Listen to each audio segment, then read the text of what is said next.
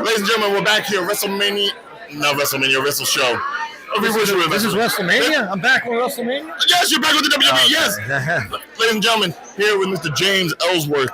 Pretty much one of the unsung heroes of the modern era, I'd say, of WWE.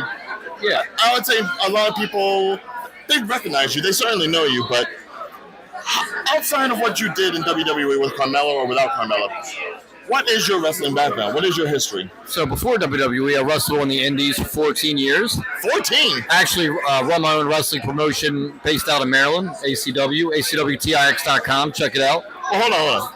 ACW stands for what? Adrenaline Championship Wrestling. Adrenaline Champion. Yeah. Okay, because we know an ACW here in Jersey, that's Assault Championship. Okay, cool. Wanted to make sure we had the distinction since we just did the pay-per-view for them. Yeah, there's a lot of ACWs out there. Right. Hornswoggle runs an ACW in Wisconsin. Does he really? I don't know what it stands for, but I know it does. Absolutely cute wrestling. You know? Maybe, yeah. He's a cute little dude. But so you've been doing it for like almost 2 decades, obviously. 22 years now. I've been wrestling, yeah. Yeah. So what was it about going to WWE that was really like the peak for you? Like, what was it like going instead of going somewhere else? Well, like WWE is the number one wrestling promotion in the world. Has been for 50 years at this point. And that was it for me. That's where I wanted to go. That's still the only place I want to go.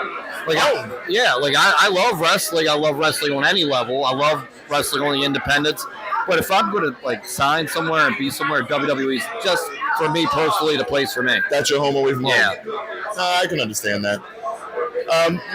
Now, obviously, when you were working in WWE, you had a nice amount of like. What? I just love this thing. It's like I get the whole. Oh yeah, we're very tech savvy. So when your time in WWE, you were, I was saying, one of the funnier people on the show. I'm okay. No, I mean kind of funny looking, you know. No. But do you feel like you have just a natural knack for comedy? Because comedy is, as we've seen, some people try to be funny when they're on wrestling, but they don't come off as well. But you've got a knack for comedy. It's just because I'm just out there having a good time, and I feel like if I'm having fun, the audience is going to have fun with me. Mm-hmm. So that's always was my mindset. Like I wasn't even trying to be funny. I just, whatever story they gave me, I'm like, how can I make this fun? And like I said, if I'm having fun, the crowd's having fun with me. So it's like a natural vibe. Right? Absolutely. Yeah, I've got to feel the room, Is that what you instill on your students when they're going in? Because obviously there's the basics of like getting the physical stuff down, but as far as like the character down. Yeah, you have to be entertaining, man. Like there's so many guys like that wrestle on even television that are great wrestlers. They're very athletic and all that, but they have no charisma. There's no characterization. There's no storytelling. It's like, okay, that's cool that you can do a moonsault, but I've seen a moonsault 10,000 times, since wrestling has begun. So now you need something that people go, oh, that's the guy that raps. Oh, that's the guy that comes out with the head. Oh, that's like people, like Al Snow's a perfect example. People remember Al Snow. Oh yeah. Like, and who doesn't like a plastic head? Right. I mean, it was different. It was different. But that's what I'm saying. You have to be different. You have to stand out. You have to be unique. You can't just be like a wrestler that flips and flops. That's cool that you can do that, but you still have to have that character to go along with it. So outside of WWE, would you say the character is relatively the same, or do you like go a little bit harder, a little bit deeper with like what you do? Well, I still kind of like do what I did in WWE. I've always done that, even before WWE. Like that was always you. Yes.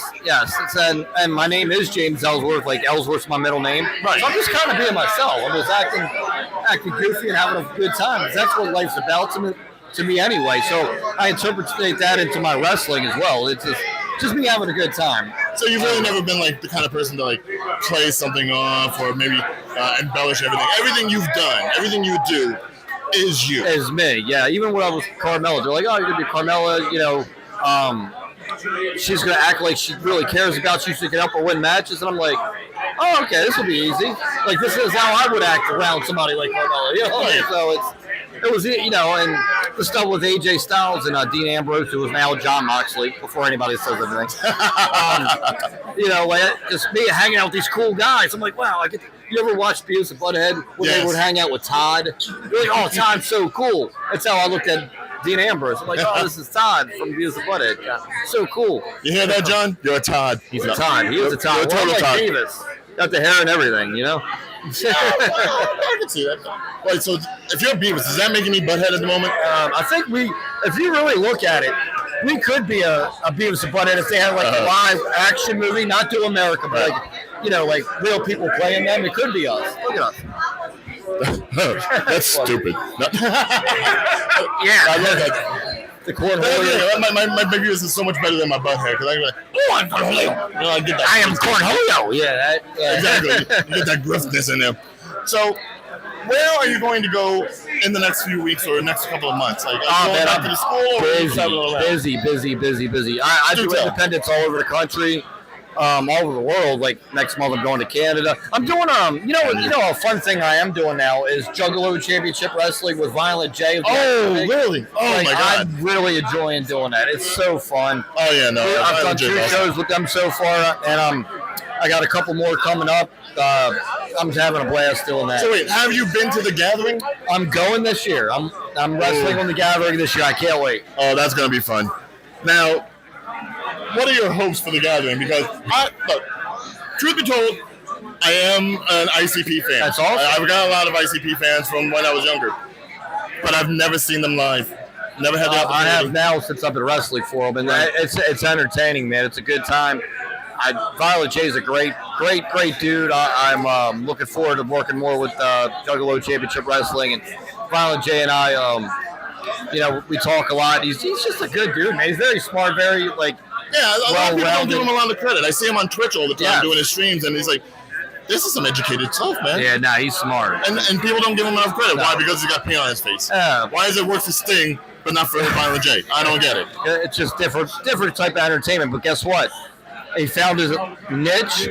He did something different than everyone else, him and Shaggy Tudo, and it worked. And people still love them. People still go out and support them. And I'm glad to be a part of it with Juggalo Championship Wrestling. No, I'm glad that you are a part of it because then that just adds more credential to what they actually do. And maybe one day people will stop worrying about Fago and they'll be good. Yeah, they spread that Fago everywhere at the concert. It's crazy. But no, James, thank you for getting. I know you have to get up because the gotta get back to Baltimore. Yes, my wife's over there, so I better. We don't want to. You don't leave her in a room full of wrestling fans, right? If nothing else, we understand the tribulations of the significant other. That's right. Well, I mean, I don't. I'm single as a sprinkle. I'm overachieving more with her than I did with wrestling. So. Well, see, that's perfect because here at Japan United, we stay humble. That's right.